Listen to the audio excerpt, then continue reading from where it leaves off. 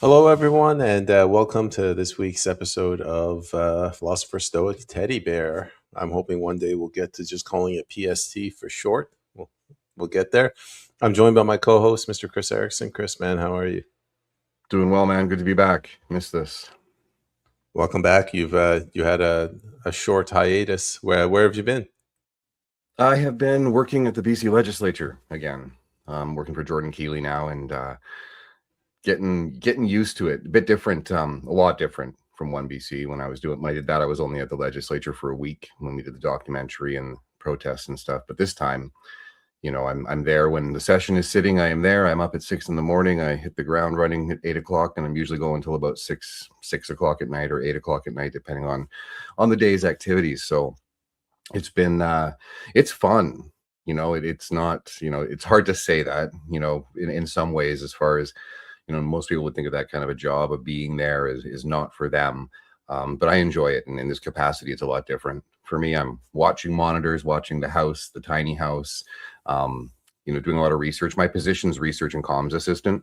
But it's a good feeling. It's weird because there's something to be said about working for an independent. When I worked for Daryl Pluckus, as when he was speaker, he was also an independent.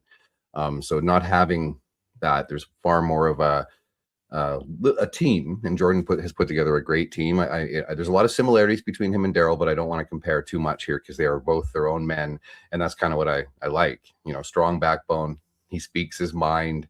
It's refreshing. Limited in what you can do as far as the amount of time he gets to speak for question period and stuff like that.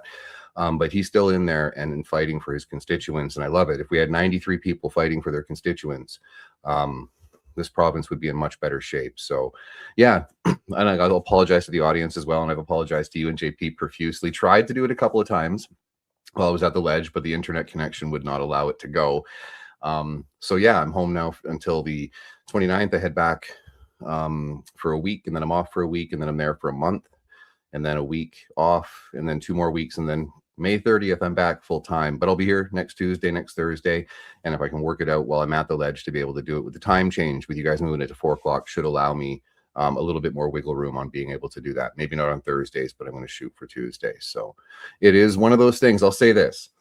My experience so far has been like 20% of the people in the legislature that I've encountered, they seem to be good people.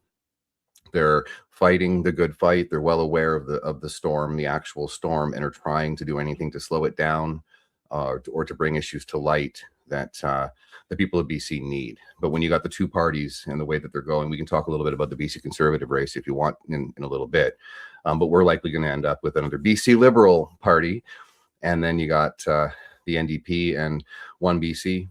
But I'm with an independent, and it's fun. It's much more up my alley, and spend a lot of time laughing, which may be hard for you to believe, but you got to let a lot of stuff roll off the backs when you're walking the hallways and you're kind of surrounded by people that are not working for the best interest of the province. So, but you got to get in the game if you want to expect to see any change. And I'm measured in my approach, but I'm learning the ropes, and I feel like I'm settling in well, which is why I took a bit of a delay in actually coming out and announcing it, because I didn't want to be like, oh, I'm doing something when it's really not something that is going to work out. But yeah, I like working for Jordan. The team he's put together are a fantastic group, and I look forward to it.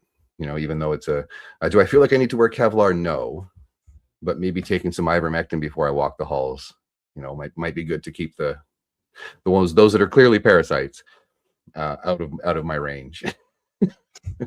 That's all I got. No names. No. Not going to name any names. You'd be surprised. There's actually some people in the NDP that seem to be good people, right? Some of them look very automatonish, kind of just on script, but there's a couple there that I'm pretty sure have souls, which is great to see. So, anyways, go ahead.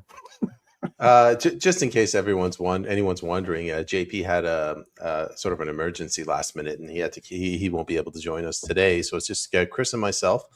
Kris, why don't we start in BC? I'm just exhausted about talking about Iran. What is going on in the legislature? It feels like they stole all the land in Vancouver, and nobody's aware of this. Are they even talking about this in the legislature? Yeah, I think Dallas and actually all of them. right? Dallas and Tara have raised the issue. Jordan has commented on it briefly. But you all, like, to see, like, for one of my jobs is when question period is on, I go up, I'm in the press gallery, I'm Keith Baldry and all the rest of them are there. My job is to wait for after question period and go and do the interviews. And when this first hit, especially when David Eby was pretending that he didn't know what he was there for, he didn't even openly admit that he was there until pictures came out. The conservatives were hammering on it, but it's very much like the channel changing is frustrating, right? Because you don't want to I get it. You don't want to have people standing up every day at question period and saying the same thing. But I don't like how it pivots where, oh, here's the issue of the day that we're going to hammer on. I'd like to see more of a spread out to keep issues alive. But yeah, like the Musqueam thing came out of nowhere. To suggest that the NDP didn't know, I don't buy it. Like David Eby was literally invited by Chief Sparrow of Musqueam to attend, to witness, right? And David Eby still to this day, Spencer Shander Herbert he's the Minister of Indigenous Relations.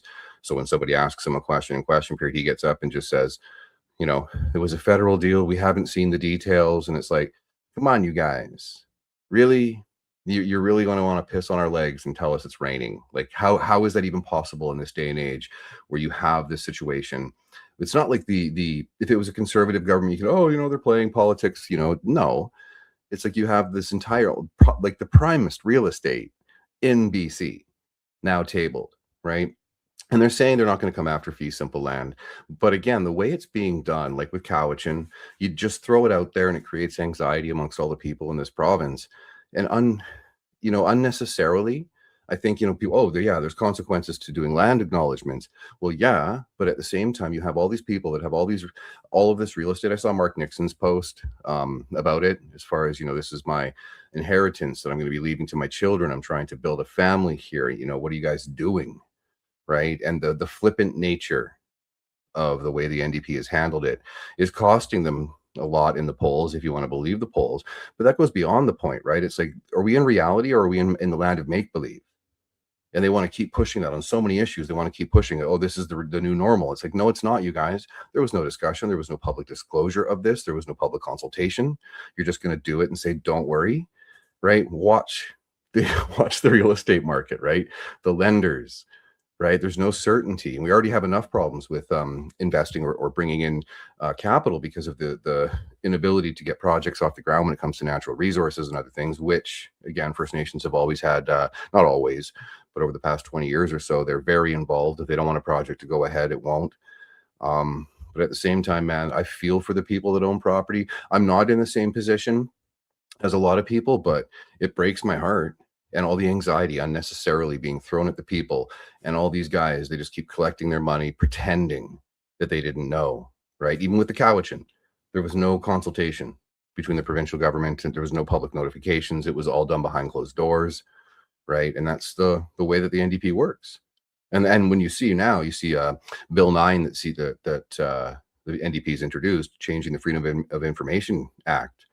That act was super hard for me to get information in from 2012 to 2018, when I was really active in that side of the advocacy world. Now they're changing it where all of the language is, if your request is reasonable, then we'll take a look at it, but we're going to define what reasonable is. So they're locking everything down in a way that is not good for the people. And I've never seen a government operate this way. Although I haven't been paying as close attention, being in the belly of the beast now, where I'm actually reading the bills and I'm watching the debates and stuff that happen in second reading. None of this makes any sense to me outside of them locking power down. No different than what Carney's doing on the federal level, but the subversive and insidious way that they're going about it, and it's one after another, right? It's very hard to keep up. We don't have the numbers in the legislature to stop anything. The Green Party did cancel their supply agreement with the NDP, but it still doesn't give the Greens the power to be able to stop anything the NDP wants to do. And so they just keep bombshell after bombshell notifications of this is happening, and all these bills are in the process of becoming law. And so it's going to be a lot harder for us to actually know what's going on behind the scenes. So I'll leave it there.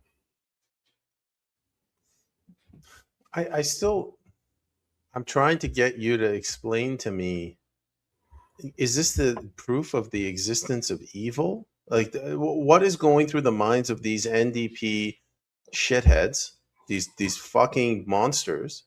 Or am I wrong? Or are they between a rock and a hard place? Have every NDP candidate have had one child that's been abducted by the cartel and they're holding them hostage and they're saying you will keep your mouth shut? Are they like rabid communists and this is what they want? Are they the dumbest people on the planet, like that Gary communist hamster guy? Mm-hmm. What's going on? Help me out. Well, I think it's one of those things that it's the problem with the party system and self-interest. Because I think some of them know what they're doing is not in the best interest of the people. Do I think they all know how bad it is? Probably not. A lot of them are just there, check, pension, right? I go to some of these receptions and it's like they're like lobbying receptions, but they're all in the public. It's all announced, right? There's no behind the scenes deals that I've witnessed anyways. But it's all free food, free liquor. They all hang out. It's like high school. It is literally like high school watching these people interact. Some of them, like I said, I can point. I'm not going to name names, but some of them that I've met on from all the different parties, they're trying, and at the very least, with the NDP, it's a bit different because the whipping that goes on there. Because some of them, like when I'm watching Question Period or I'm watching them debate, it's kind of like, is there anything really in there? Right? Like, do you actually even know what you're saying, or you're just reading, or you're being told what to say? Have you been handed a script? And in a lot of cases, I'm sure that is the case. But when I was in politics before, yeah, there was like, I wouldn't have called them outright communists 10 years ago.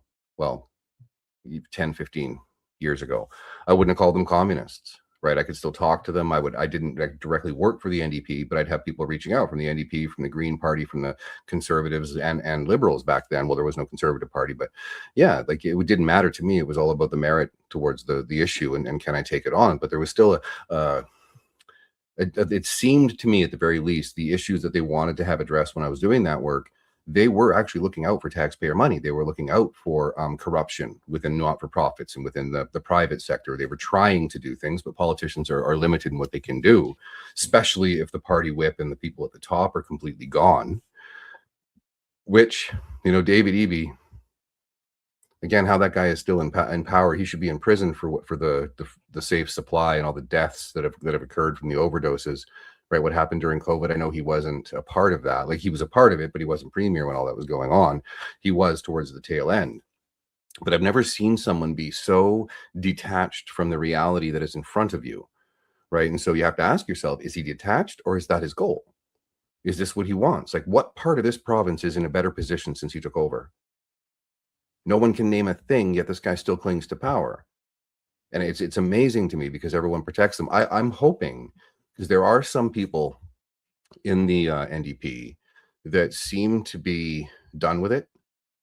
Like, I can't name names, right? But there are people there that I think you're going to probably be seeing behind the scenes. We won't see it, but people are going to start to push to get Eby out because he is so toxic. He's almost like, he's just like Trudeau.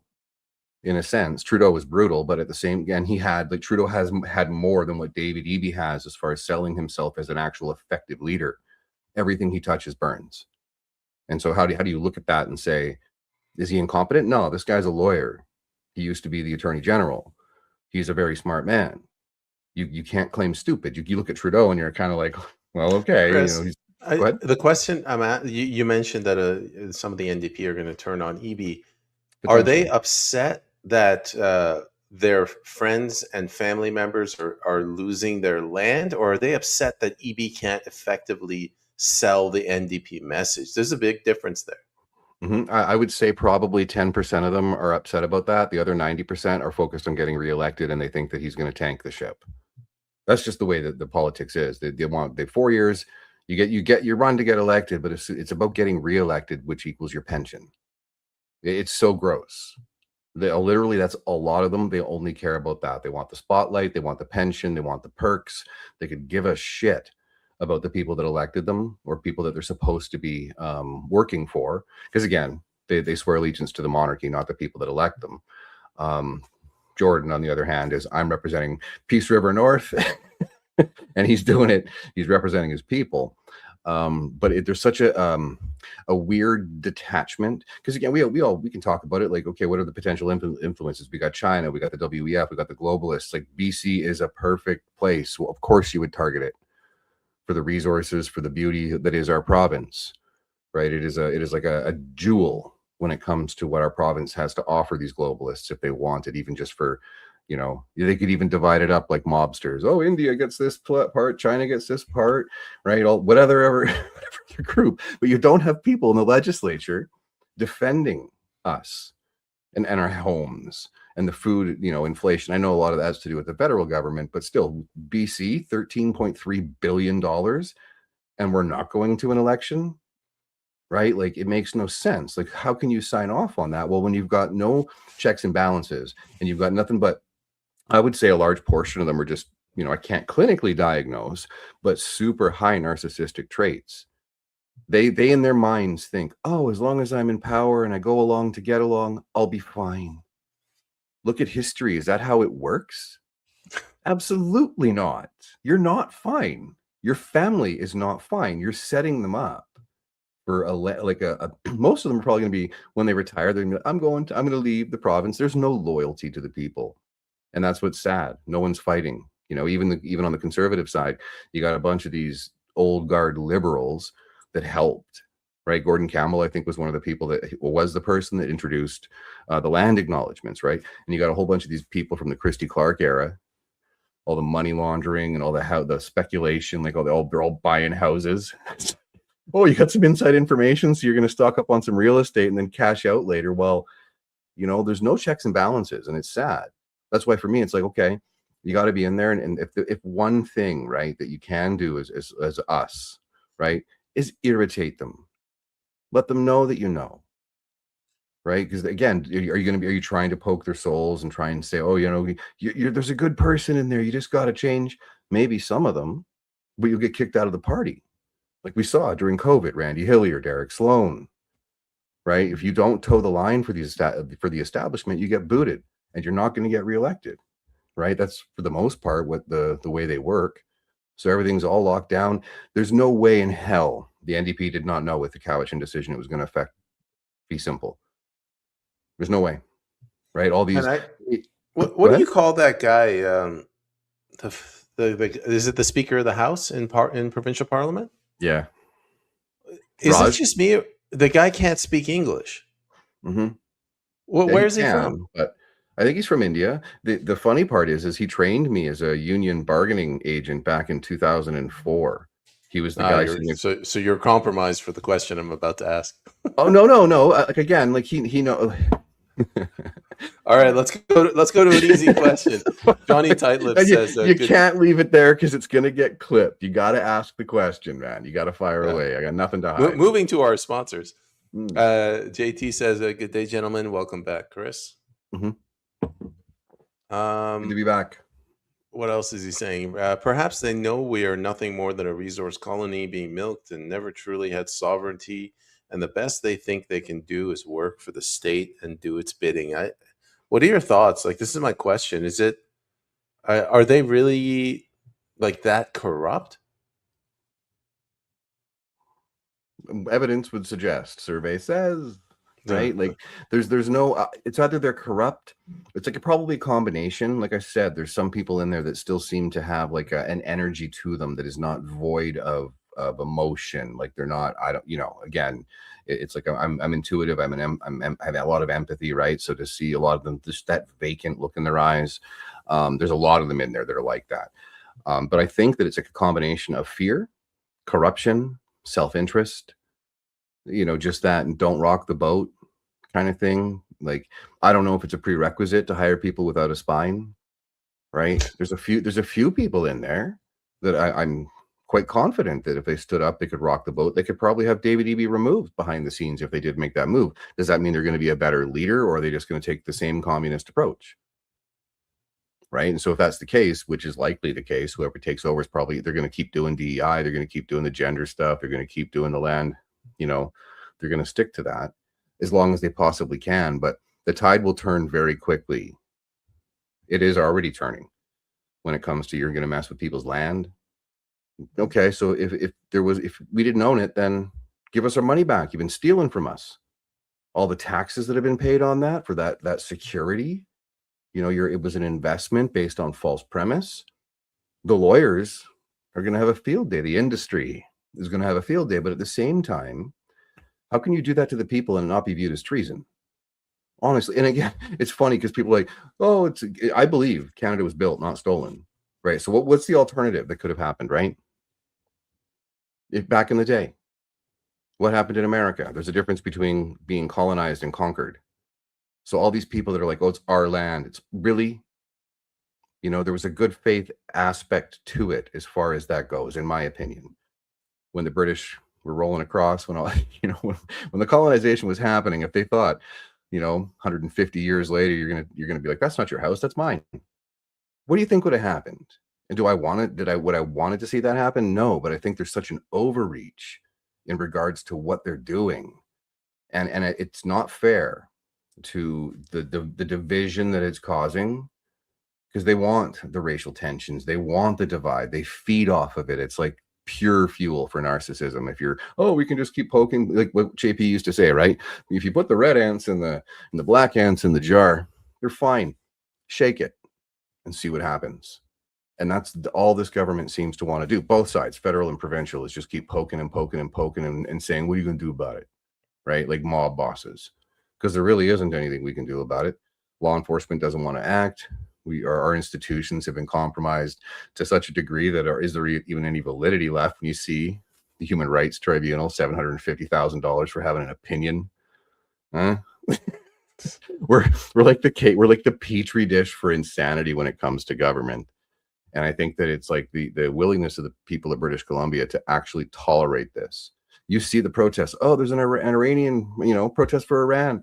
Holy crap, there's people everywhere, right? There's a pro-Palestine or, whatever. And the people come out and it's like, where are you now? When it comes to rights, when it comes to what actually like affects you, all the stuff that doesn't affect you directly, you got to get out there and protest, for the other people. But look around as your neighbors crumble and people flee and take all the capital away from this province because there's absolute malicious, it seems, intent towards the people of this province by the government. Go ahead. I just don't think it's just the province. I mean, federally, well, first of all, this problem was caused by the federal government, and then we got these censorship laws coming in. I got into a fight with my dad. Like he had a medical condition and he needed life-saving surgery and he couldn't get a doctor. And he turns to me, he's like, Peyman, I paid hundreds of thousands of dollars in taxes. Why can't I get a doctor? And I was angry and I told him, I'm like, well, why didn't you stand up for me during COVID? Why did you folded, and now the government knows that they can get away with everything? And he didn't really like that. He didn't want to hear that. But my question is, have you seen a single pitchfork in Victoria? Like, is anybody coming out yet? No, not yet. I can see because I keep an eye still on 1BC that they seem to be getting decent crowds coming out, more of the the senior population, but at the same time that's good because most people are like, oh, the boomers, this kind of thing, all the labels, and they're just so detached, they all watch CBC. But you see that there, and there's not like a Speaking of people in the baby boomer generation, Mr. Andre Deloche, thank you for reposting the stream. Good to see you, Andre. Thank you for the repost. But there's not that level of anger yet because I think people are confused still, right? And yes, it's federal, right? And you see them, their land issues popping up in Quebec and Ontario, other things. Like this is just the beginning of it, and we have that's the problem with what we're facing in BC is because you had the former Conservative leader, John Rostad, who's still in the party. He signed over 400 agreements with First Nations, right? They were very much pro land acknowledgement, pro a lot of these policies that are super destructive towards the children with regards to the trans ideology, all that, lunacy, leave the kids alone. And so you have now our only hope, right, was, okay, we'll have a conservative. I don't want to say only hope because, again, the elections, we can talk to Remanded about whether or not our elections are free and fair, but we don't have like a consolidated opposition voice in the legislature. Ironically, it's the same thing federally. So, okay, is everyone captured? Right, we're going to see on May 30th who's going to be the new leader, and it's going to be probably Caroline Elliott, maybe Peter Millibar, that is going to win Liberals. And so they won't ever allow a true populist conservative movement, which you need. Caroline Levitt, is that the one that's like sort of milk toast? She's quite attractive, probably 40s, late 40s, blonde hair. Is that the one? You're kind of cutting out. Which one? Who do you think is going to win the BC Conservative Party race? You cut out on me a little bit there. Caroline Elliott is. Yeah, Caroline Elliott. Is she the one with blonde hair? The audio. No, she's got brown hair.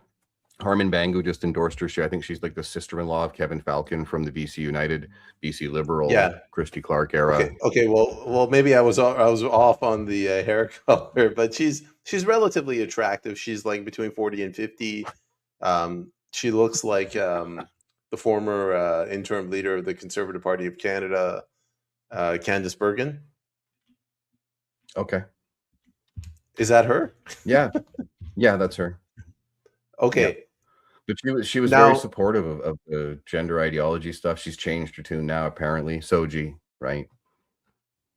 Yes, that's what I was going to bring up. Like, she strikes me as she's saying the right things to win. So she's saying all the right things. Like, we have to oppose land declarations. We have to oppose transgender ideology. Mm-hmm. But I get the feeling she's really squishy. I reached out to her and I asked her to come on. And I think she looks at people like you, me, and JP, and she's like, "Oh, these guys are far right wing MAGA extremists." Yeah. And again, it's like, to me, it's like if you're a part of the old guard, BC Liberals, BC United, it's not what our province needs. We need like a genuine, clear. I'm not talking like purity test kind of thing, but on the base level, we need a strong fiscal conservative, a strong social conservative, right? Not even necessarily like faith-based. Like, again, I don't really want to get into that, but at least, like having like a general morality to them, a level of principle. You might not agree with what they say, but at least they're still willing to say it, not just to get elected. It's like, you need to know who these people are. That's why I can't trust Poilievre. I don't know who the guy is. He waits for polls to have an opinion. So what are you then? Like, I don't know who you are as a person. If you're not willing to put your balls on the table and say, "Hey, I'm here, let's dance." Okay, phrasing. But at the same time, they're all fake to me, right? I think, there's like Warren Ham is still in the race. I think he's a genuine conservative. I think Karen Lee Finley, although she has again, I don't want to use that as a complete knock, because what I've heard her say, and the same thing, like Karen Lee Finley would probably be someone that would bring more of a traditional like an actual conservative mindset to the table. All I want, man, is whoever wins to kick out. You guys go and have a Liberal Party. Get out. Like, this is ridiculous that we're having to have this discussion where you're Liberals. You're using the Conservative brand. You took it over. You could argue it was a hostile takeover when you look at what happened at the AGM. Like, they were stacking buses and they're changing the rules and all this kind of stuff to make sure they maintain power. It's the establishment. These BC Liberals, they are the establishment that does not want to have an actual true conservative movement at the table. And they're going to keep doing it. And so after May 30th, if you got a Liberal, then it's like you got two establishment parties, right? It'd be interesting to see what they actually say. Do they oppose anything, or are they just there for their checks, their pensions, protecting Agenda 30 to make sure we get across the finish line? I don't know. But I'm still going to get up every morning, drink my coffee, play some Guns N' Roses, and then head to work. Go ahead. What do you got? We got two comments. Clown World, sort of like Lanceman, LOL. I don't know. She's talking about that lady? Melissa Lanceman with the Conservatives. No, I know, but I don't know who she means is like Lanceman. I mean, probably Christine Elliott. Yeah. Andre Meloche has a funny comment. Attractive women in politics will transform the political world into an OnlyFans network. I support that. At least it'll be something a little bit more interesting. I don't care if you're a man, if you're a woman. I care if you can define what a man and a woman is. I don't care what you look like, how you dress. Just stop messing around. Like, we need adults in the room that are willing to actually minds to actually take on the main issues. Get self out of the room. Get your at the door. We are a massive storm, right? Going to get worse. And if we don't have adults in the room, man, like the clock is literally ticking. Even if they bump it to 2035 instead of Agenda 2030, we are still facing something where, we look at the numbers. You don't even see the conservatives like actually fighting against the MAID. Like, we can bounce all over the place. 100,000 people have used MAID in the last year or so. Like, guys, what are we doing? All this, and the majority of the people are white, right? So it's like, and no one's seriously trying to take a look at the immigration. I was at Metrotown. I went to visit my dad. I was at Metrotown, and I was like part of the 0.05% of Europeans in that mall. Everyone was either Chinese, from China, or from India. And I'm not being racist. This is reality. Go to Metrotown and walk around. Hey, you could have gone to Metrotown 25 years ago. It was like 95% Chinese. 95, maybe 80. 20 years ago. The good old days when it was only 80%. But again, we don't have anybody serious talking. And again, this is not a broad brush. I know a lot of people left China because of the country. Again, it's like, I'm looking around though, and I'm just saying, and most of the people that are homeless are European or indigenous, right? So it's this weird, this white people world. White people are fighting back. They got a monopoly on the homelessness. They got a monopoly on MAID. They're making a comeback. I want my piece. I want my cut. So yeah, but if we don't do something, we're all, at least not us, maybe not, but your children, your grandchildren, your complacency and your sense of it's not going to affect me, so I can just keep going along with my life. The politicians that are just selling everybody out left and right. Nothing happens. No arrests. Okay. So what do we do? You have to, it's all about attitude and perception, right? If you focus on what you have and yearn for what you don't, then you're kind of like part of the game. But if you get up every morning and you look at yourself in the mirror and you're like, okay, I got another one. Who can I irritate today? That's a part of the establishment, right? Do good, right? Do as much as you can. Help your neighbor, help somebody in the community, help yourself, most importantly. But on the other side, there's someone that you can get under their skin because that they know that they're screwing you over. Right? I'm not talking violence. It can be simply a glare. It can be simply a response online to point things out, because they just keep beating people down. And like you said, we were talking earlier, it's like our viewership is down. Like a lot of people I've seen complaining about that, right? Like you mentioned earlier, behind stage, they want that. They want us to give up. They want us to hang our heads. They want us to think that we have no value. And I say, who the fuck do you think you are? In that, I have value. You have value. Sorry for the language, right? They want us to be demoralized. They're using every trick in the book. They've had practice, but it's up to us, right? And it's up to us to be those that do shine the light, because if we don't, then all the people that have no hope, they are never going to see any kind of light. They're never going to see any reason to smile again. They're not going to see the vivid colors when they go outside into nature, right? Yeah, we're in it. Some people want to pretend we're not. Some people want to pretend that the people who put us here are going to fix it. Are you kidding me? Those are the most frustrating people to deal with. Poilievre's on Rogan. Everything's great. Really? Okay. Like that meme, that guy's in the kitchen that it's on fire. He's like, this is fine. Exactly. All right, we got Andre Milosh is trying to get us to go to jail, all three of us together, when Bill C9 passes. He says, Landsman is attractive? Damn, no wonder there are so many Canadian gay men. Thanks, Andre. I will share. I look forward to sharing a jail cell with you, brother. I'm not even touching that. I see what Tim says. Elliot is a full-blown Zionist. I'm anti-cults in politics. Leave your religion at home. Agree with Kris. Adults only, and enough of this. I didn't know she was a full-blown Zionist. I didn't know that. Is that the blonde/brunette woman? I keep forgetting the name of. Yeah. I think she's in the lead for leadership race for the Conservatives. Yeah, and I agree as well. Leave your religion at home, right? Like again, like I'm not. That's why I love that. Like for the longest time, the Charter of Rights and Freedoms. I don't care. You want to come. You want to practice your religion as long as you're not hurting people in our society. It's none of my business. You do you. Same with what you do in your bedroom when it comes to those things. I don't care. As long as you're not a minor or doing things to minors. What you do, I don't care. Honestly, I don't want to know. But it doesn't mean you can't carry your values, your religious values, the 10 Commandments. I am not religious. I'm spiritual. But I look at the 10 Commandments. Okay, that kind of makes sense. Go ahead.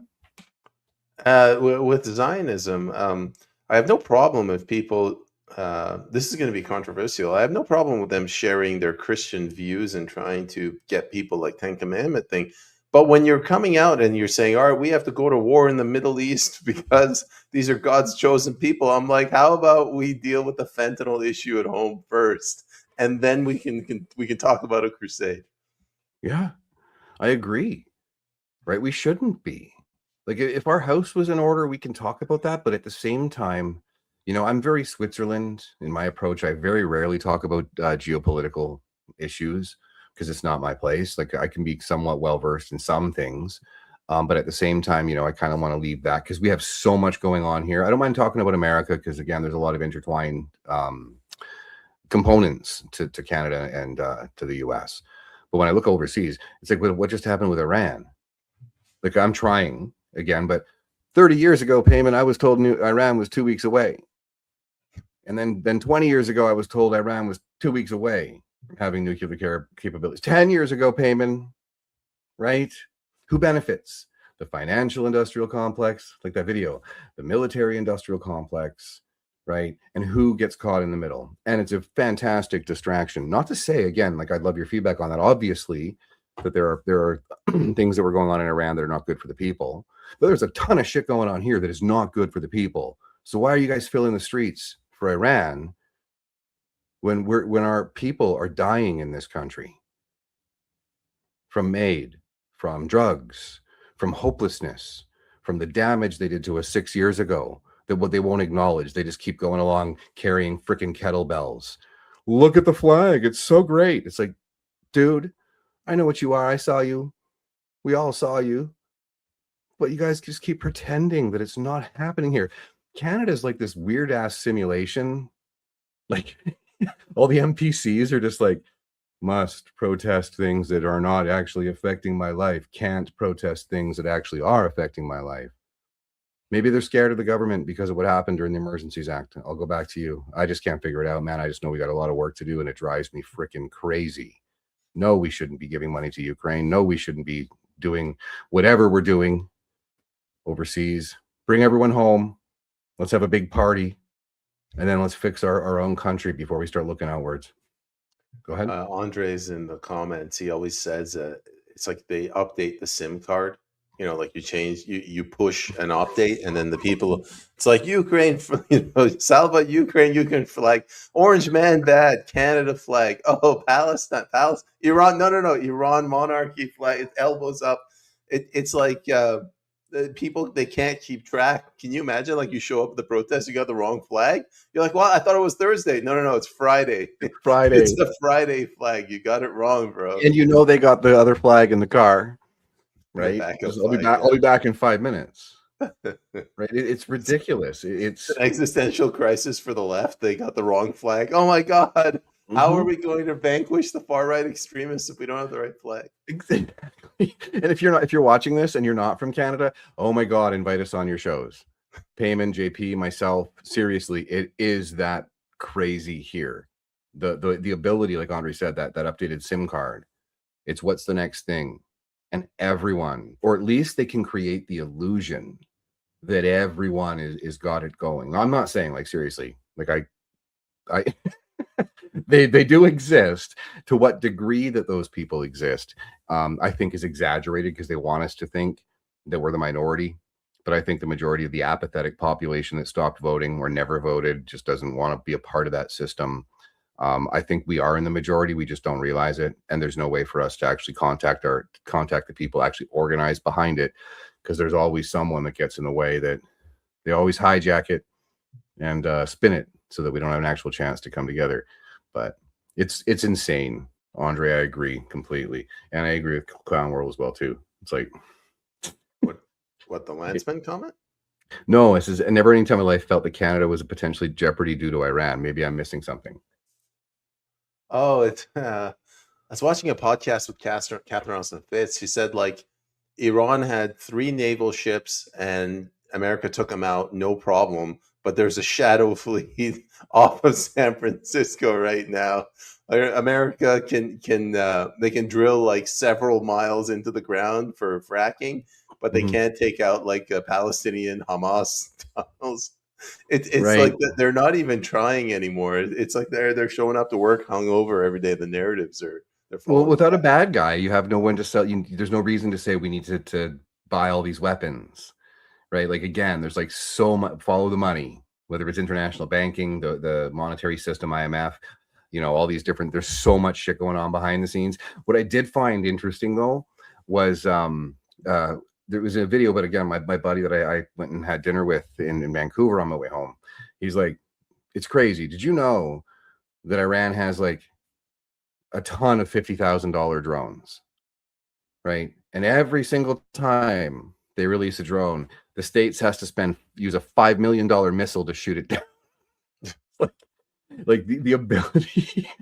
Again, I'm looking at it going, okay, right? Like there is a funny component to that as far as the seriously, I didn't realize that. Oh, just send a fleet out there and they lose $250,000. 5 drones get shot down, but it costs $25 million of taxpayer money in America to do that. It makes no Yeah. sense to me. And again, Iran is a different beast. If you want to fill the audience in, this is not Iraq, this is not Afghanistan. Iran, yes, they took out the leadership, but again, the power vacuum has already been filled. And again, it wasn't. I think even the Ayatollah was installed by America. We can go. I'm not entirely sure if that's exactly what happened back in the day. But again, it's not one of those things where there's no exit strategy. I don't know why they went in. Honestly, it came out of nowhere, conveniently knocking the Epstein files right off the table when it comes to what was actually being disclosed. So what are your thoughts on that? Like in comparison, can you give the audience an idea as far as the difference between Afghanistan, Iraq, and Iran when it comes to the military capabilities and the struggles that America will have in that war zone? Honestly, I'm kind of dumbfounded to try to understand what Trump was doing, what his goal was. Trump's not, contrary to what people think that hate him, he's not that stupid. Like they told him it's going to be difficult going in, but he went in anyway, and it's just going really badly. Um, I just don't know if it's even worth talking about anymore because, like, if you look on X, there's like hundreds of spaces, and everyone's all of a sudden an Iran expert, and they're sharing their opinion. They're either saying like America's on its last knees, or if it's pro-Israel, like we need to get Iran out. They've killed 30,000 people, and it's just I don't know what's gonna happen. Yeah, and it's like things. It's like I can look over there and I can watch all the media and have all these labels. Bad people are bad. I'm like, okay. So what's my experience been with Iranians in my life? All positive. Honestly, like when I was getting my ass kicked for being lippy in high school, I joined a gym, and it was Champions on Lonsdale, run by Ingrid and Farid Dordar. The place was full of Iranians. Did I care? Did I identify with them as that? No. Right. Well, there was like Persian Pride gang elements that I didn't know until the end, not with the sensei and stuff, but just again, it was one of those things. They taught me how to fight. The level of discipline, the level of morality, they even said, if we ever find out you're using this in an offensive manner, you will never be welcome back. Like there was such an amazing experience. Think about it, right? I'm 15 years old. I'm lippy. I'm getting jumped by 5 or 6 people, and it was never one-on-one pussies, but that was my experience. I went there every day after school when I couldn't afford to pay. They didn't care, right? Like it was like a family unit. They didn't care that I was white. I There was remember that nothing. place, Champions, right? Yeah, yeah. That was back when North Vancouver wasn't as built up, and it was relatively fine. Now it's that area. I would never want to live there. It's like downtown Vancouver. It's an urban center. Right across from the C bus. Yeah, it was on. I think it was on when I first joined. It was on, I think, 11th in Lonsdale, and then they got too big and they moved to 3rd in Lonsdale. This huge gym, and it was a massive. But yeah, it was still safe. You could even walk around at night, and it was not a problem. I wouldn't do that now, right, without having a mag light or something on me, right, just in case. A mag light, that's probably more dangerous than a knife. It is. Those D cell batteries carry a lot of weight. I want to bring this guy up because his name is Dot, or maybe a period. I'm pronouncing it wrong. Love it.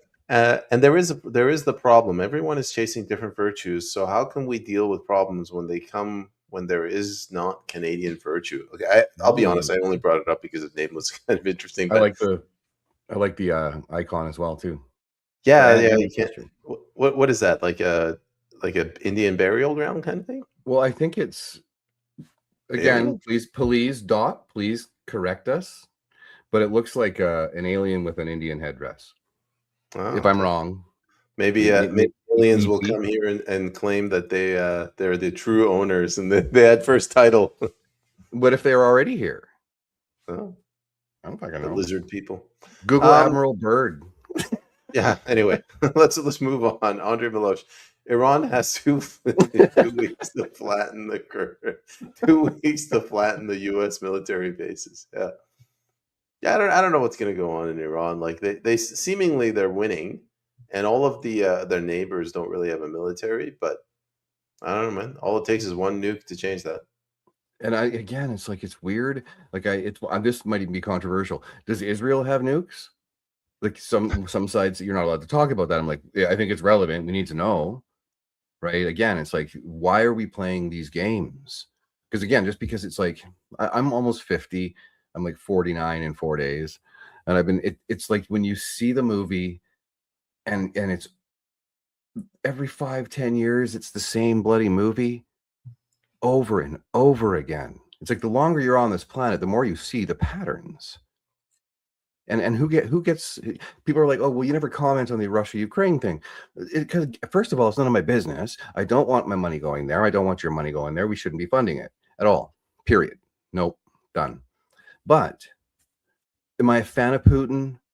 No. Like again, I don't know the man. I've never met him. I look at it, am I a fan of Zelensky? No. You know, What I got kicked out of a hotel once because Putin wanted to stay there. interesting. I was in a hotel room. I was staying there for several months, and they're like, "Mr. Askari, you got to leave." I'm like, "What do you mean I got to leave the Putin?" So I had to leave, and I Yeah. went to some like dumpy motel for 3 nights, and then Putin finally left.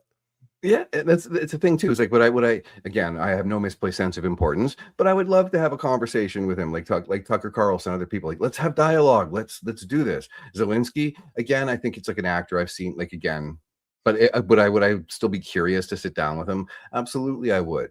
They want us to say they say Orange Man bad, you got to hate Trump. Oh, Putin bad, you got to hate him. It's like I'm going to use this. And I have no basis. It's none of my business. What bothers me is the people that are always caught in the middle, the innocent people that get to be viewed as cattle, that get to be viewed as acceptable losses. Acceptable losses to the establishment doesn't include you and me. Yeah, but Chris, acceptable losses. It's no longer just brown people in the Middle East. It's come to Canada.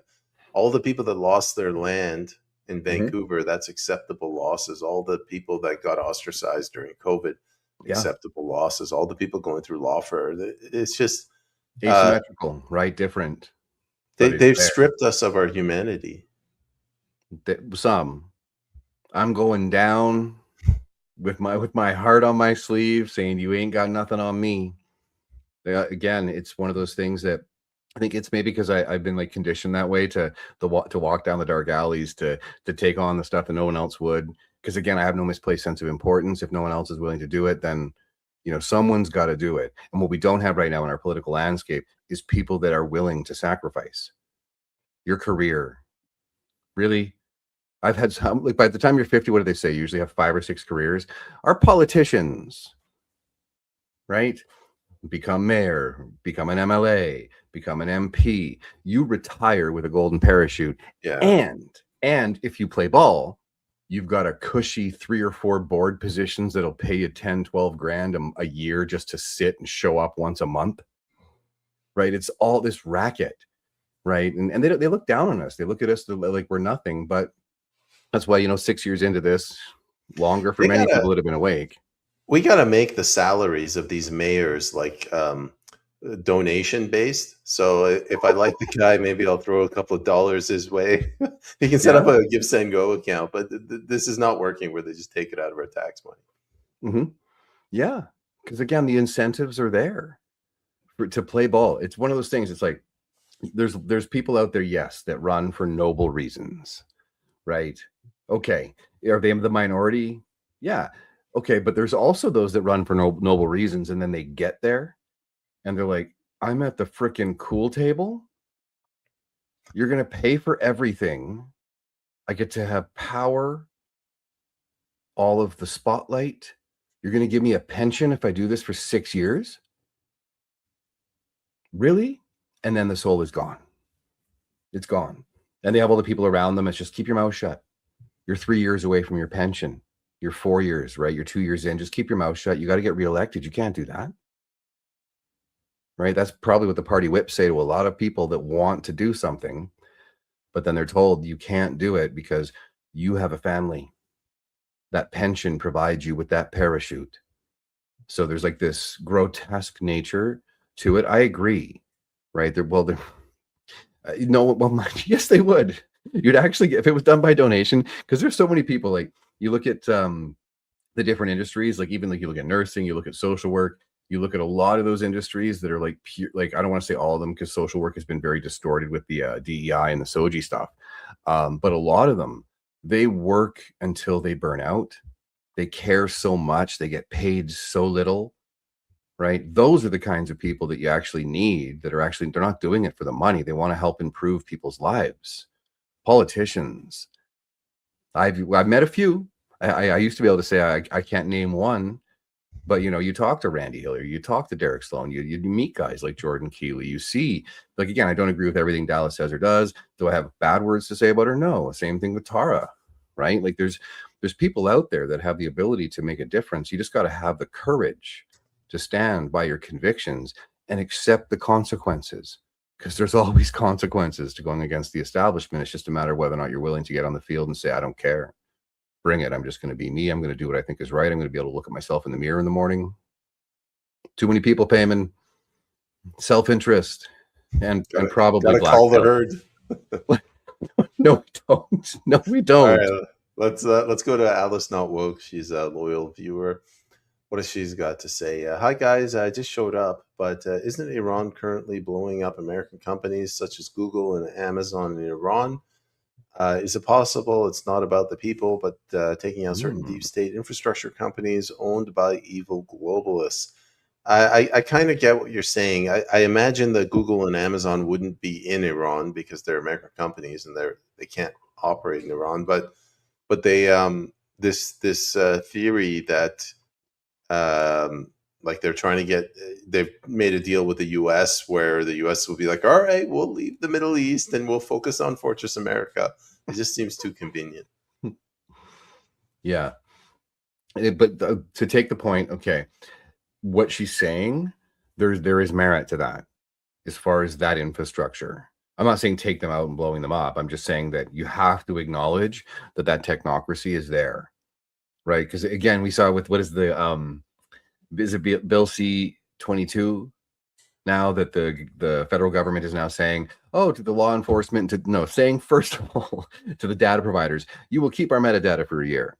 Oh yeah. Right. Like, so it's like all these backdoor things. It's like all these storage companies. Same thing too. Like, I didn't like the fact that X required me to give my government ID. Like, I protested. I lost my blue check mark, and I was just like, I'm not doing that. Right. Again, but eventually I did, because it's not my account. I've never viewed my account as mine. It's like all the people that helped build it. It's like I'm walking with.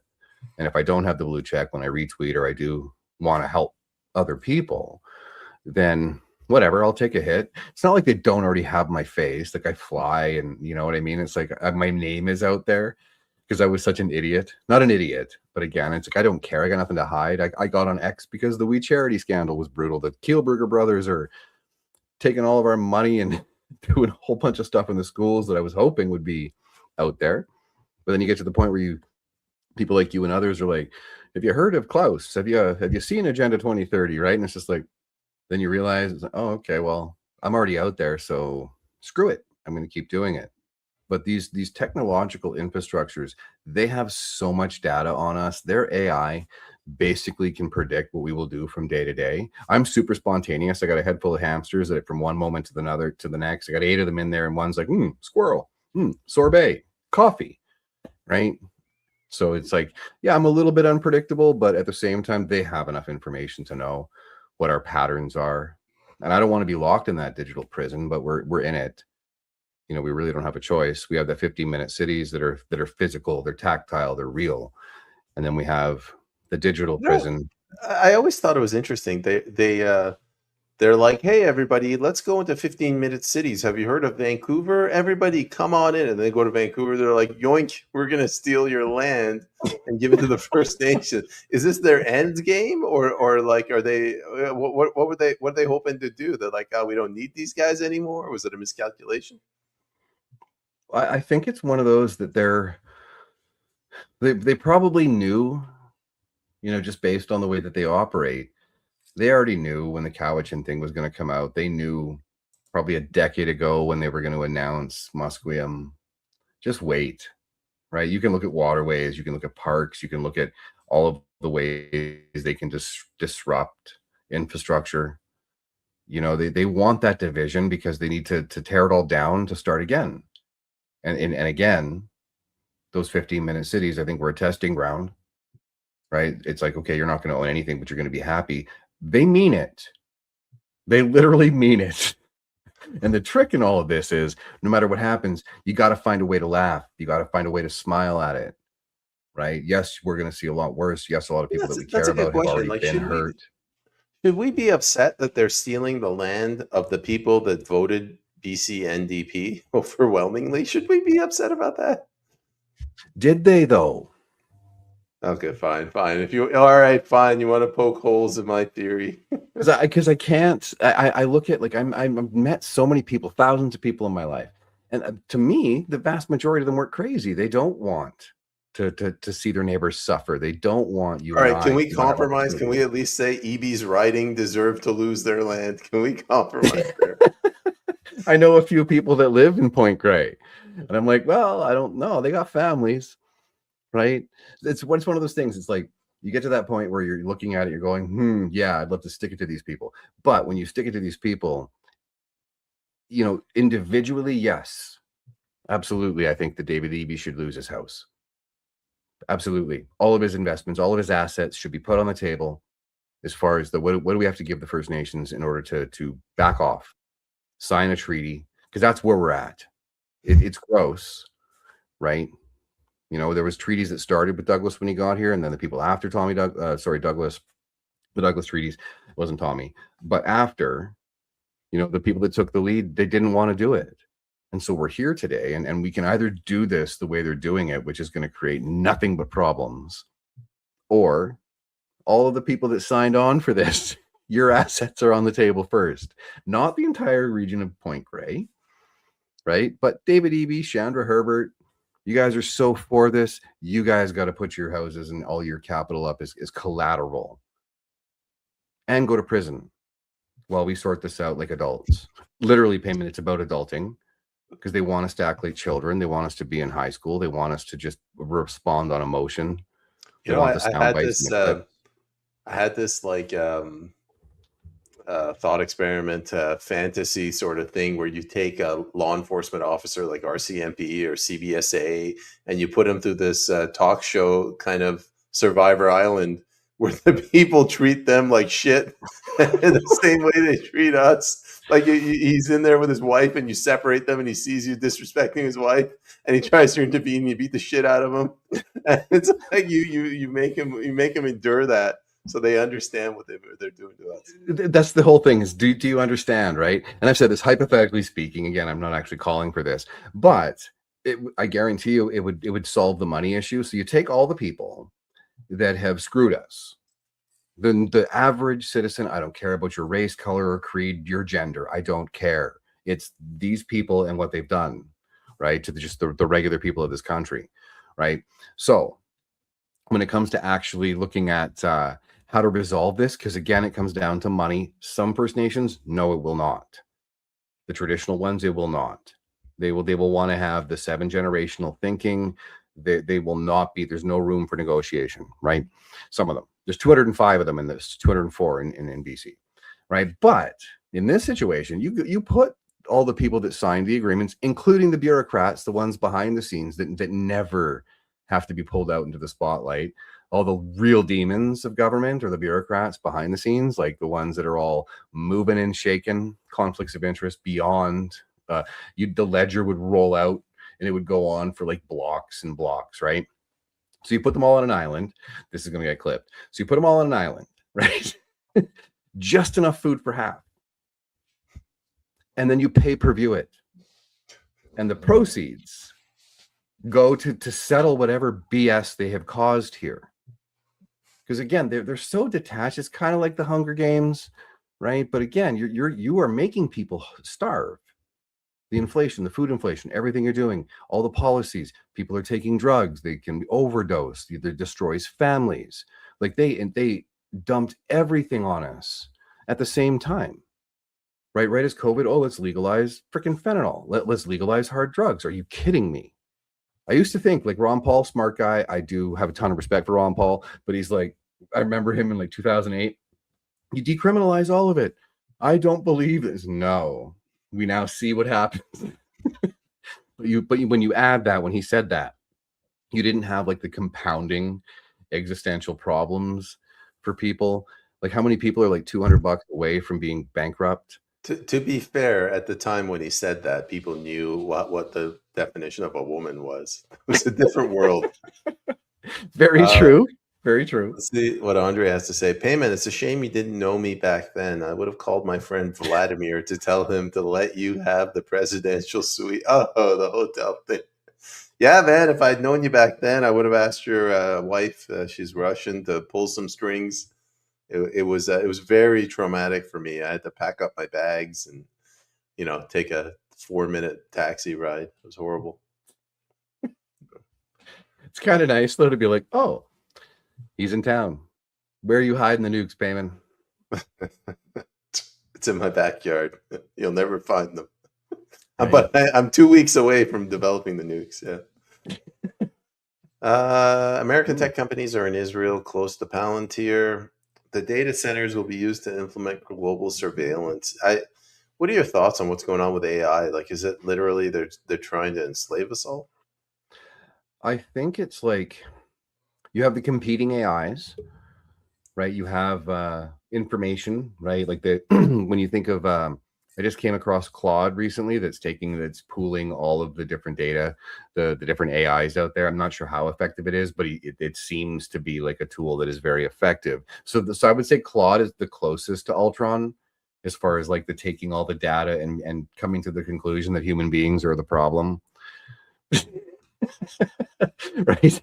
But it's like the ability for them to capture, like, and I'll come back to Palantir because Peter Thiel is a very interesting character. You could do an entire episode on him, and then the company Palantir, right? Because they keep coming up, and it's weird for me because I'll be on conversations or I'll be on, just like you don't know where people are at with as far as they're like. I don't want to use the term awake because again, I think it's overused. But retarded. You can call them retarded. Wicked retarded, but. Peter Thiel's name and Palantir keep coming up. And when you look at the systems and you look at the connectivity and where he comes from, it is scary. I saw this map and it's like this whole Lord of the Rings map that was kind of like laid out. I'll see if I can find it. And right in the corner, as far as like the starting point, there was a bunch of companies and there was Palantir. And I'm looking at that, I'm going, okay. And as more time goes on, I'm like, oh, whoa. Right. So it's like Machiavelli, when he released The Prince, he's like, I'm just going to show everybody how it's done. They all thought that he was teaching people. It's like, no, the ones that understand Machiavellian approach, it's kind of I think it was one of those biggest mind F's that he was in prison when he wrote that. He's just like, I'm just going to tell everybody how to do it. I'm just going to, you guys put me in here. Screw you. I'm going to let the game be known. And how many hundreds of years later, people are still reading the book, not realizing that he was massively trolling the establishment when he released that book. That's my theory as far as why he did that. But with this map I was looking at, it was kind of the same thing. It's like whoever put that map together clearly knew that there is this technocracy that has already surrounded us, right? You can think about it, right? It's like with all the stuff that's in there, all of the, even just being on X and doing other things, that being on social media. Part of the reason why I think that social media exists is they don't want us out in the streets. They don't want us in the coffee shops talking about the government and all the things that are going wrong. They don't want us to humanize what's actually happening. They want it to be digital. They want us to get that release when you shitpost. Oh, I feel better. Perfect. I don't need to worry about it. That post did well. Fantastic. I made a difference in the world today. Really? Did you though? So it keeps us there. But I think with Peter Thiel and the data collection, I think they're already there. If they wanted to, or they already are. We'll see, right? You With know, Bill the C9, rug C8. the rug pull I was talking about in Vancouver, where they said 15-minute city, greatest thing ever, come on in here, and then they steal the people's land. They did that with social media. Why do you need to go out in the real world? Come on to the virtual world. It's amazing. Oh, sorry, Peyman Askari. We're gonna deboost your show to shit. Thanks for signing on and annihilating your ability to function in the real world. Now we own you. Yeah, exactly. Enjoy your whiskey, sir, because we are not going to let your voice be heard. And that's why you got to keep doing it, as disheartening as it is, right? That's what they want. They have so many tools, psychological weapons that they can use, right, to make you feel that there's no hope, to make you feel like you got to put your sword down and your shield down and just be like, whatever. I've been here long enough. I'm not sure how old you are, man, but I'm almost 50. I've seen so many wars in my life, not like wars, but I've been in so many wars that I'm built for this in many ways. I'm just not going to let it get to me because I have people I care about. I know people count on me, and so that's what Kris it is, really. Erikson in camouflage behind enemy lines. So you're killing people with your No, military man, might. I am the friendliest guy at the legislature, to the point that I think I'm annoyingly friendly. People that I know from my past that I know hate me. How you doing? Good to see you. Right? Just smile and nod, because you don't matter to me. You don't. I'm a professional. I'm not there to. It's, again, the high school shit that goes on there, and in politics and in government, the bureaucracy and stuff. I've got no time for it. Right? I said to a couple people, I'm not here to make friends. I'm not here to make enemies. I'm here to do a job. Right? Because people, they like to come up to you and ask you questions. They want to know this and this, and I'm not your guy. Nope. You want to ask my boss? Go ahead. Don't come to me with the bullshit behind the scenes. I'm going to get an espresso. The lady who works at the little bar, the snack bar outside, which allows me to not go to the legislative dining room, is awesome. The only place on the entire property that sells espresso. I'll see you at 8:05 every morning. It's the little things, Peyman, that truly matter in the end. Yeah, a little bit of whiskey in there as well. Andre Meloche, Mark Carney stated that Canada is ready to contribute to the security of the Strait of Hormuz. Yeah, what are we going to send? Canoes?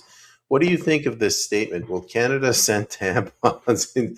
I mean, we have a massive supply of tampons. If you dropped all the tampons in the men's bathrooms in the military in the Strait of Hormuz, all you would have is just tankers and the seabed. Everything would be soaked up.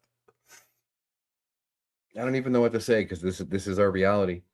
Yes, there will be tampons on any frigates that go. Yes, there'll be tampons in any care packages that we send. You can just see it. Like, again, like I used to have the Canadian military, right? Like, again, but the idea that on one, they got like a freaking, this is a man, right? He's got his clips on one side, pockets, everything there. And then you just see the little freaking, on the other side of his vest, he's just got these little pull strings. There was What a have we guy become? in the Korean War, the guy who replaced what was it, General MacArthur. They called him Iron Tits. He had like a knife and a flashlight. And today, if they send the Canadian, it would be like or tampon tits. Yeah. Just two tampons, soft And tits. with the little strings. Yeah. Again, that's like so demoralizing as well too, right? Because I've met so many veterans, and sadly, a lot of them were homeless, right? Like these are people that went to war for their country. They in many cases believe that they were misled. This is like a decade ago, right? But they put their lives on the line. They let their families, I have a lot of respect for those that are willing, even though I know that a lot of times the people, when they charge the beach, they're uninformed, and you're a pawn in the tool of a much larger game. But in this situation, what they've done to our military is so disgusting. You watch them. I think it was you that posted, or JP. where they're doing a march. No one's in shape. No one is is lockstep with the foot movements. It's like you couldn't even practice, right? Call in sick. Don't go out there and do that, because that's not going to inspire enrollment, right? Or confidence or pride. And again, it's the one thing, you may not support the Canadian military. You may think that, all war is primitive, which I kind of do think. But again, like these people are they should be they should be highly trained. And I bet you if you asked any one of them, it's like, if they got a pocket, I'd much rather have another 30 in a clip. No, I don't need tampons. But will you be demoted if you say no? Because you never know if a guy is out in the battlefield and he's bleeding and he's like, I need a tampon. Yeah, we need a tournament. Do we have a belt? No, we got tampons. All right. It's embarrassing. I feel for our military, right? It's what are we doing, guys? It makes no sense. Guys and gals, again, but they got to do a comedy like you got like a Canadian assassin going around. He's using the tampon string as like fiber wire, killing all these people. That little intricate setup, like in the Mexican tie or whatever. Like if you've seen the movie The Counselor, again, Brad Pitt, the guy just walks over and puts this thing over Brad Pitt's neck, and it's got on a timer, and it's just tightening and tightening. You could just see it, like the tampon just spinning. Time is short, people. Look out for the Canadian tampon assassin. Oh man, the fact they even said that, it's like, good to see you, Remy. Don Buckley is here. It's good for you. Thank you for the repost. Remanded. Well, he's the guy that was following up with all the election integrity issues. Does anyone in the legislature even care? There are some that do. There was just it's actually, this is a good time to actually advertise it. I talked with Remy yesterday, and I want to start doing night calls again, and I'm going to bring him on hopefully next week to be able to give everybody an update with where he's at, because there's been some interesting things that have happened with some committees. I don't want to steal the thunder. I think it's one of those things where, kudos to him for having the patience to deal with this system, the Kafka-esque nature that it is. But I think that it's one of those things where I don't want to steal thunder, but he's got a lot to say. He's not given up yet. I know that for sure. But what his ability to stay calm and cool under pressure when all you're getting is BS on the other side. I think there was some MLAs that are paying attention, some of them with regards to, I don't want to, if I say too much today, then it's kind of taken away. What I will say is for sure that next week Night Call will be returning. I just don't know what date yet. And Remy is going to be the special guest. He's going to give an update with everything that he's doing and what the future looks like. And by then I might have something that I can speak to that's more clear in regards to the opinions of some of the MLAs at the legislature, but I cannot speak out of turn. So that's all I got to say. When you say Remy, you mean the remanded? Yeah. We got a question from iCoyote, Don Buckley. Are the MLAs in the legislature with integrity under fear and intimidation? Speculation? Yeah. Would not surprise me at all. The speculation is that there actually exists MLAs in the legislature with integrity? They do. There are. And it's the thing about it too. Like some of them will play I don't know how many, because there's 93, right? But I've met a couple from both sides that, it's not, I don't know if it's fear or intimidation. It's a matter of, we're in the system. We want to try and change things from within the system, but they're the guardrails, the whips, right? Like there's only so much they can do without being thrown out, right? Do I think they should be, like, again, if I was a BC conservative in there right now, I'm an independent tomorrow. Seriously. We got a comment from JT. Night Call's back. Awesome. Yeah, I know. The main thing was to make sure that I start off with the remanded, and then I'm going to be talking. I would love to do a PST night call where we bring some of the guests that have been on, just kind of create a family environment there. And then I'll start doing again the podcast hosts, roundtable, and the spaces hosts roundtables again. Yeah, but first of all, one step at a time. The only thing I can confirm for sure is that I'm working with the remanded to try and get him on as soon as possible, hopefully next week, to be able to start night calls again, which I'm looking forward to. I miss it. Yeah, I've had several conversations with remanded. I've had him on a couple times. Mm-hmm. It's I don't know. It's kind of telling when with your society when they don't care about the core foundational institutions, issues, problems. Uh, elections are one of the more important ones, and no one seems to care. Mm-hmm. Yeah, what happened in that 2020 election and the fact that John Rustad did not fight. So close, right? Like, who would have thought that it would have been that close, right? And you don't even fight? Because why? Why? Oh, you're an old guard liberal, potentially established. You know, that's the only reason I can think of is protecting the status quo, right? We got close, Chris, but let you me don't ask you a fight. question. Why did they get rid of John Rustad? He seemed like he was a reliable, dependable dupe. Um, Ego, I think, and a lot of it, I think, is one of those things where speculation again. I think that there was so much sloppiness, right, within the conservative leadership race that no one really had any faith. What they did at the AGM, the memberships, and all this kind of stuff, like the conservative base are kind of like, so they needed to remove him. At the same time, again, like my past with Rustad was he was a minister and I was kind of a pain in the ass, but there was nothing personal there. It didn't matter if it was him or someone else. I think that he does have like tendencies that are conservative. I think that he is potentially, I don't think he's soulless. I don't think, I don't think he's like this hardcore globalist. But at the same time, he's from that crew, the Christy Clark era people that are all Machiavellians. They're all check pension, check pension. So the sloppiness at the AGM, the way the cell phones, right? When he made everybody put their cell phones down, everyone's going to go through who's the mole, give us your phones, right? Some of the things that he did, and he had Banman as his whip. And again, like Banman was my MLA, he was my mayor when I was in Abbotsford. You don't give that guy power. Come on. Like, seriously. Hi, Bruce. Yeah, again, like seriously, you don't give someone like that power. Again, like, can they get the job done? Yeah, you're a great, like if you're in the mob, but at the same time, you don't give someone like that power. There's no grace to it. There's no ease to it. It's just yelling and beat red and all this kind of Well, stuff. we have somebody in the audience that vehemently disagrees with you, Chris. I'm not saying that he's not a lying sack of You're shit. I'm too not nice, saying Chris. that. Rustad is a lying sack of turd. I'm viewing this. I'm not making excuses again for John at all. Right? Do I trust him? Absolutely not. Do I think he needed to be replaced? Absolutely.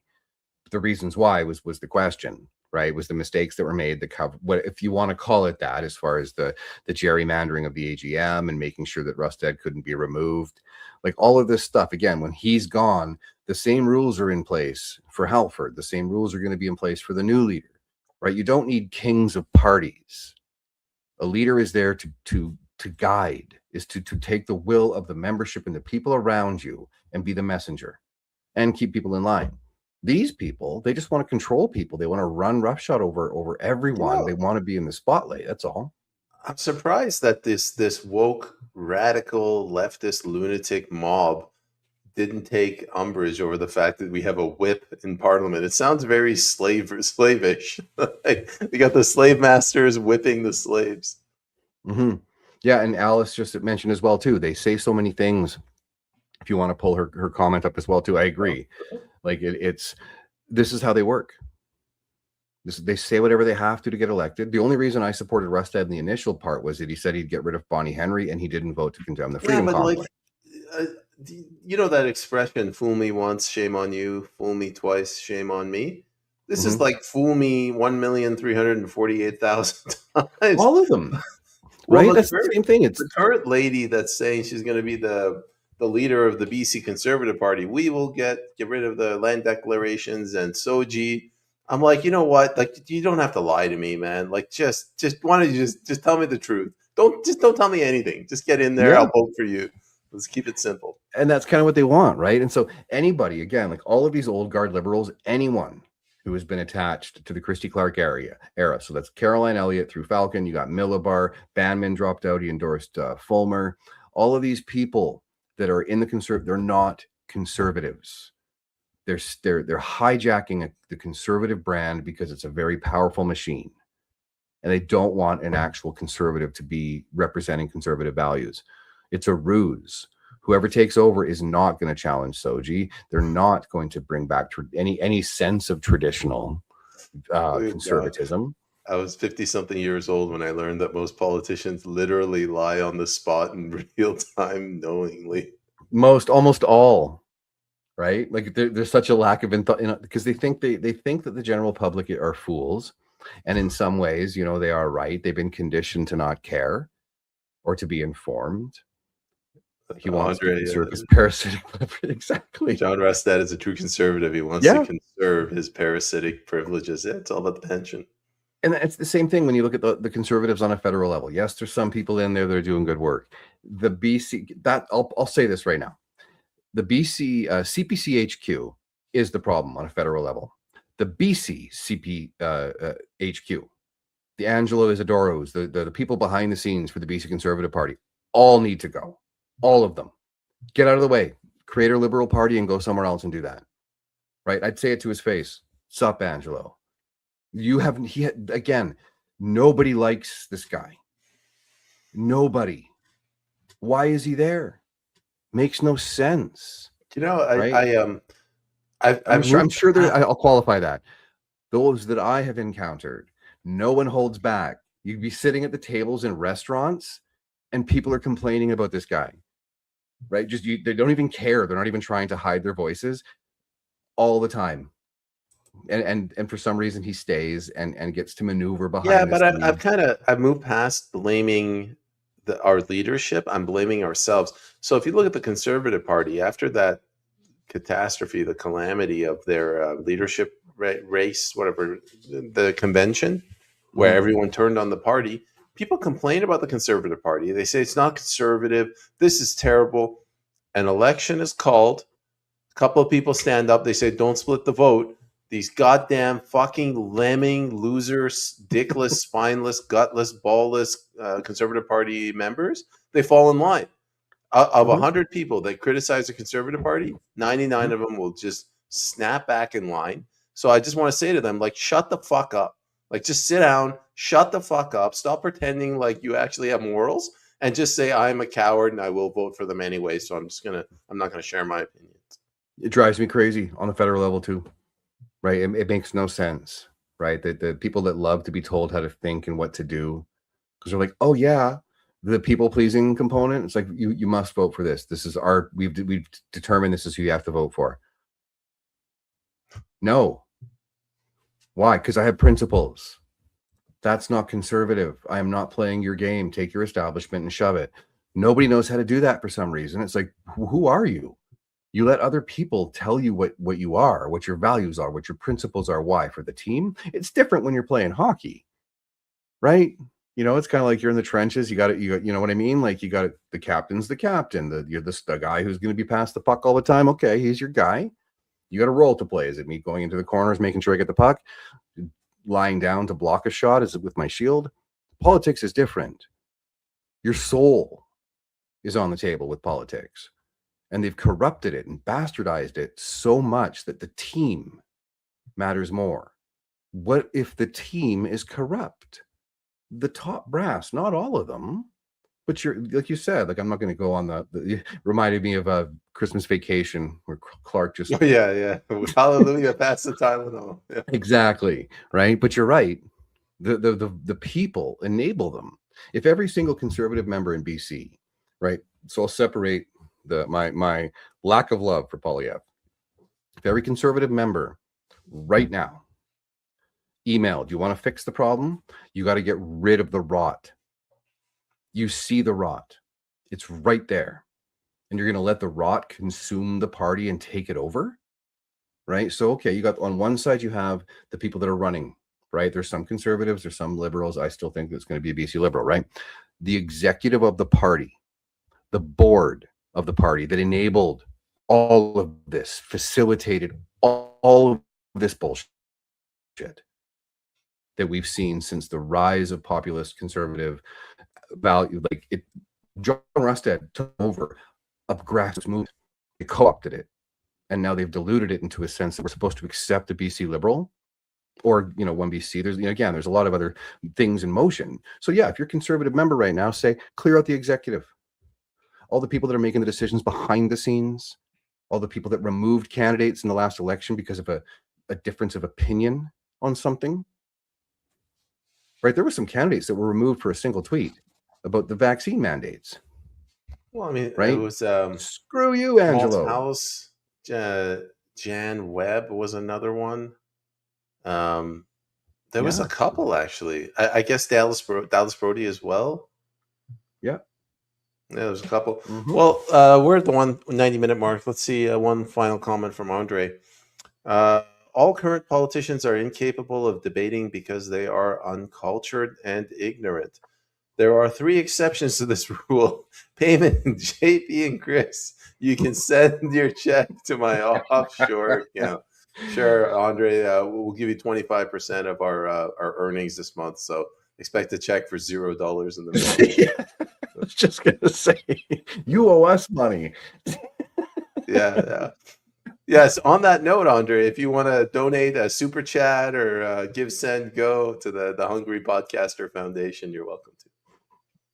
The Hungry Teddy Bear Foundation. Yeah. The starving teddy bears. Yeah. For only $1 a day, you can feed a teddy bear for a year. Yeah. So this is Christmas, and what have you done? That song that we've heard over and over again for 30 years. Well, Kris, why don't you get the... You haven't been here for a while, so why don't you give us the final words? Sure. Yeah, it's one of those things. Life is busy, but at the same time, I definitely miss this, you know, with you and JP. It's like the one thing that allows me to get away from it all and just kind of have fun with it, right? But yeah, I'm glad to be back. I'll be back next Tuesday and Thursday, and I've sent you the schedule, and I'll do my best to kind of get my Wi-Fi going. But yeah, thank you for everyone that's sticking with us through these adjustments and through all of the BS that the algorithms are trying to do to keep our voices silent. So we appreciate each and every one of you for showing up and contributing to the show. I'm never going to give up. I'm going to keep going no matter what. But I want to encourage everyone that's listening to not give up. Right? Reset every morning. Be grateful for what you have. Don't yearn for what you don't. But no, you know, you're here for a reason. If you haven't figured that out yet, keep looking, keep searching. But most importantly, spread light, positivity. Don't let them get you down. Don't hang your head. Screw them, and develop that mentality every day. Bring that into the world, and you will affect people, and you might not even know it. So that's my thoughts for the evening. Good to have a chance to hang out again, Peyman. I look forward to Sunday as well. So thanks. I'll leave it there. Go ahead. I'll see you on Sunday. To the audience, we're trying to get Cynthia Chung, Matthew Ehret's wife, on for Monday. We'll put out, if we can confirm that, we'll put out a note about that, and she'll be talking about Iran and you know what the hell we're doing in there. But Kris, as always, it's a pleasure. Take care. Take care, everyone.